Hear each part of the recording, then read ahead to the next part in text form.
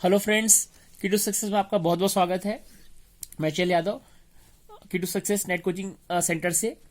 आज हम 6 दिसंबर 2019 के क्वेश्चन पेपर देखेंगे with solution and answer key. तो जो सेकंड शिफ्ट में कॉमर्स वाले का एग्जाम हुआ था, ये उसी का सॉल्यूशन है। तो हम बिना टाइम वेस्ट किए हुए सीधा क्वेश्चन पे आते हैं। पहला क्वेश्चन है नंबर सीरीज से। इसमें 2, 9, 20, 35, 54 से 70 था। नेक्स्ट नंबर सीरीज में क्या आएगा ये हमको बताना था। तो यहाँ पे इसका जो डिफरेंस है वो आ रहा है 7, 11, 15, 19। इनका डिफरेंस है और इनका फिर से डिफरेंस निकालते हैं तो 4 का गैप आता है। तो इस प्रकार जो आंसर आता है वो 104 है। नंबर सीरीज बहुत ही ईजी आया था। और इसमें जो नेक्स्ट क्वेश्चन था मैथमेटिक्स से, एक दुकानदार किसी वस्तु को 2200 रुपए में बेचता है तो उसे 10% का लाभ होता है। उसे 18% लाभ प्राप्त करने के लिए उस वस्तु को कितने बेचना होगा। इसको इंग्लिश में देख लेते हैं। A shopkeeper sells a good at ₹22,000 and earn profit of 10%।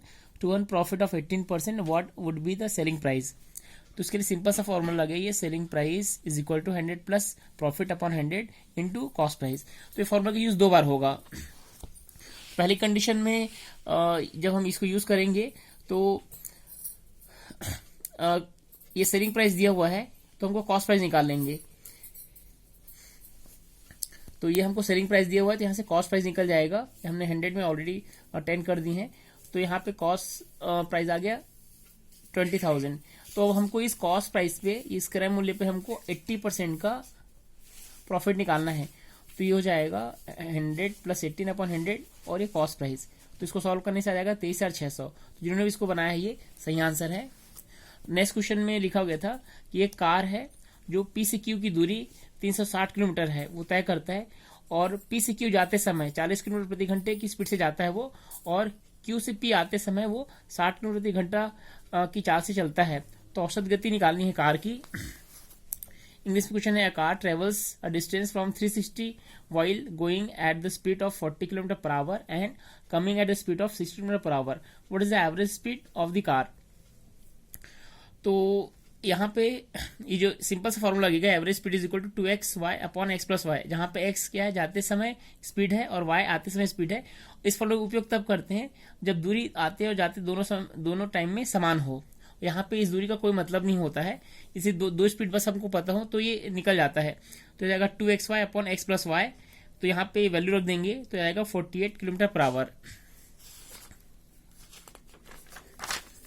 Next question research से है। तो इसमें पूछा गया था, what is the step of action research. क्रियात्मक अनुसंधान के चरण क्या हैं। तो ये ऐसा ही चलता है। ये plan, act, observe and reflect. तो ये इस तरीके से ये इसके चरण है। तो जिन्होंने भी इस तरीके से बनाया ये सही होगा। नेक्स्ट क्वेश्चन है, which one is the type of non probability sampling. निम्न में से कौन सा गैर प्रायिकता निदर्शन है। तो ऑप्शन हमारे पास है quota sampling, multi stage sampling, cluster sampling और सिंपल रैंडम सैम्पलिंग। तो कई बार क्लस्टर सैम्पलिंग और कोटा सैम्पलिंग में कंफ्यूजन होता है, बट जो कोटा सैम्पलिंग है यही नॉन प्रोबेबिलिटिक है और बाकी सभी प्रोबेबिलिटिक सैम्पलिंग है। और इसमें पूछा गया था, भारत सरकार का डिजिटल लर्निंग प्रोग्राम कौन सा है। ये इस प्रकार का था। ये ऑनलाइन क्लासेस होती हैं। तो ये इसका आंसर स्वयं आएगा। इसके बाकी ऑप्शन तो पता नहीं चल पाए हमको। और इसमें पूछा गया था, कौन से दार्शनिक ने नालंदा विश्वविद्यालय में अध्ययन किया है। तो वेन सॉन्ग है, जो कि चीनी यात्री थे, उन्होंने वहां अध्ययन किया है। आई थिंक 6 साल वहां पढ़े हैं। और आईसीटी से क्वेश्चन थे मैच द फॉलोइंग में।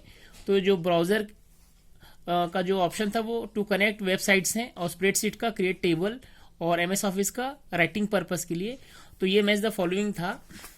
और इसमें क्वेश्चन पूछा गया था कि 400 ppm को कार्बन डाइऑक्साइड में क्या लिखा जाएगा। तो ये आई थिंक ये 4 ऑप्शन थे। इसमें 0.004 ये होना चाहिए, क्योंकि इसमें 400 को 10 मिलियन से डिवाइड करेंगे तो जो वैल्यू आएगी वही हमारा आंसर होगा। और एक क्वेश्चन था, all dogs are reptile which term is distributed. तो इसमें सब्जेक्ट और प्रेडिकेट बोथ वाला ऑप्शन आएगा। और मैथ से क्वेश्चन था इसमें किसी वर्ग के विकर्ण 11 सेंटीमीटर है, वृत्त और वर्ग का क्षेत्रफल बराबर है, तो वृत्त का व्यास कितना होगा। इसी क्वेश्चन को हम इंग्लिश में देख लेते हैं।